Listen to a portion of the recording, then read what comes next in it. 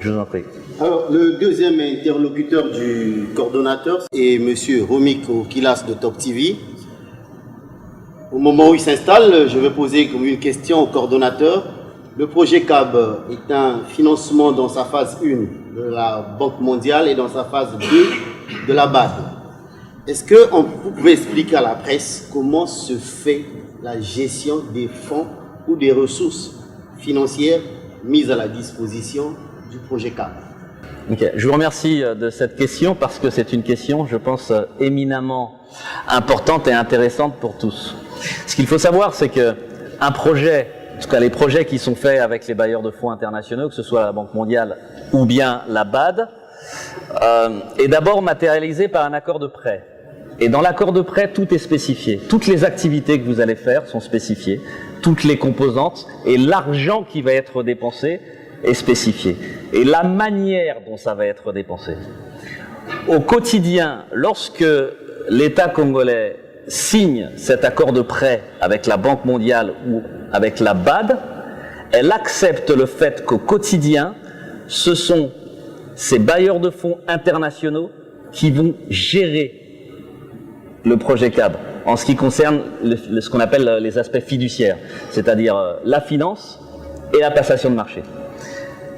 Il est impossible au projet CAB de dépenser quoi que ce soit, même si on veut acheter une rame de papier, de dépenser quoi que ce soit sans avoir obtenu au préalable l'autorisation de ces bailleurs de fonds. Donc, on est en quelque sorte sous tutelle de ces bailleurs de fonds parce que c'est eux qui nous disent « Oui, vous avez l'autorisation de faire ça, nous vous donnons l'autorisation par rapport à votre demande » ou qui nous disent « Non ».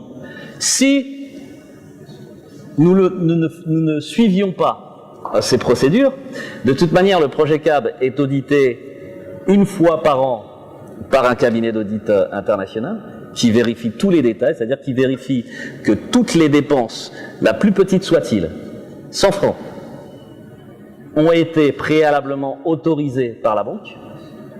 Et la Banque mondiale elle-même, de temps en temps, fait ce qu'on appelle des visites d'évaluation pour vérifier également que ces procédures sont bien suivies. Voilà comment est géré un projet au jour le jour.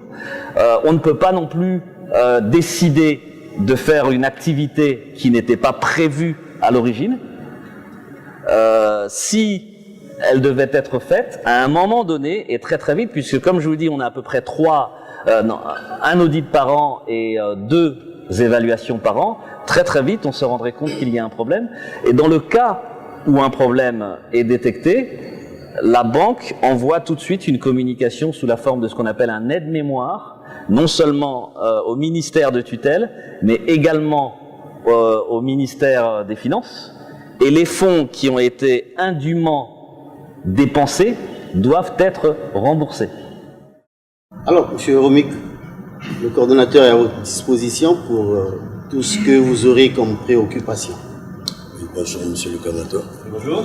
Alors, j'ai quelques préoccupations. D'abord, merci, félicitations pour cette initiative qui nous rend disponibles des informations à propos. Alors, 6 ans après,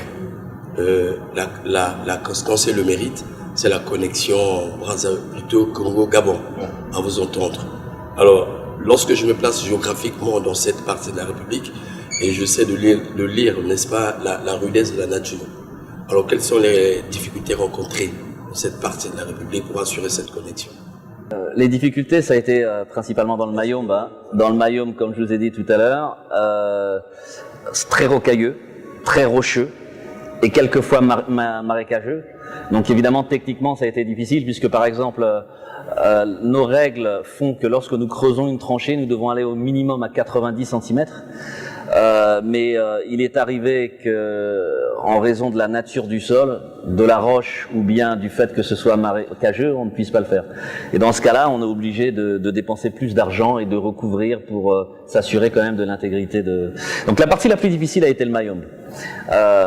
Ensuite, il est vrai qu'entre Dolisie et Mbinda, vous avez quand même une zone où il n'y a pas de voie d'accès spécifique. Donc nous avons dû créer des voies d'accès, donc faire des pistes pour justement pouvoir acheminer le matériel là où nous faisions nos travaux, même si c'est vrai que nous avons creusé principalement le long de la voie de chemin de fer.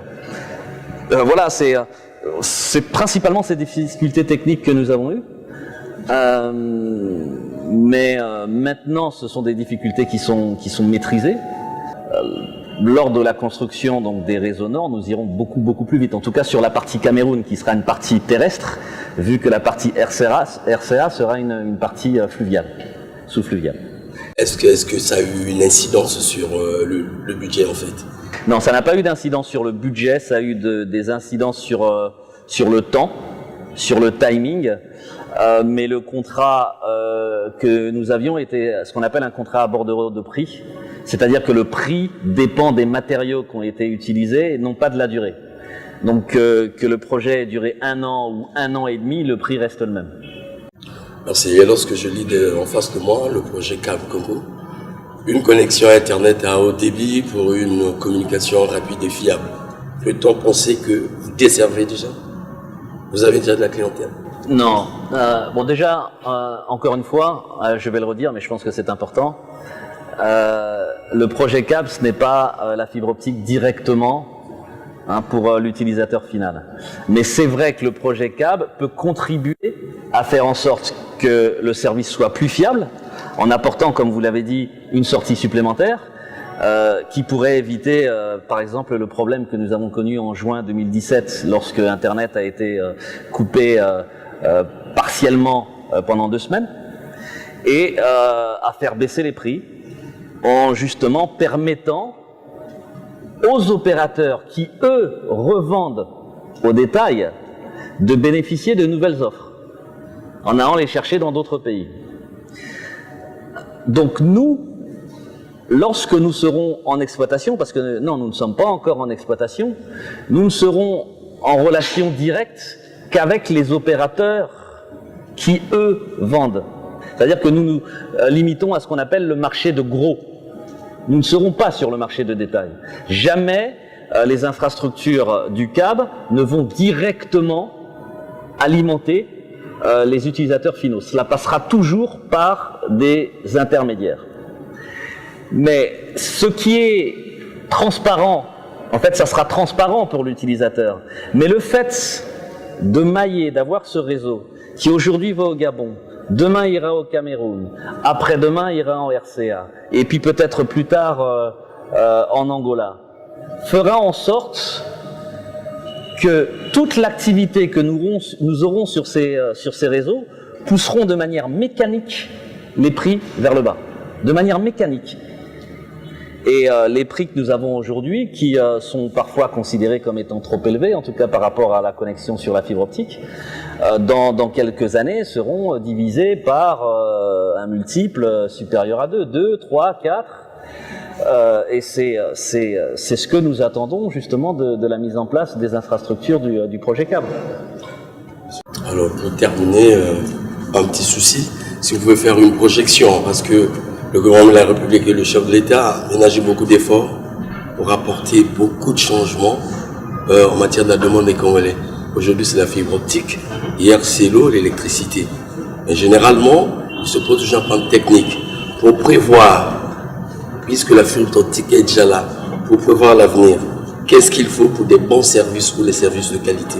Je ne peux pas trahir parce qu'aujourd'hui, la mesure a été prise et c'est et celle qui est fournie de l'eau a été mise à côté.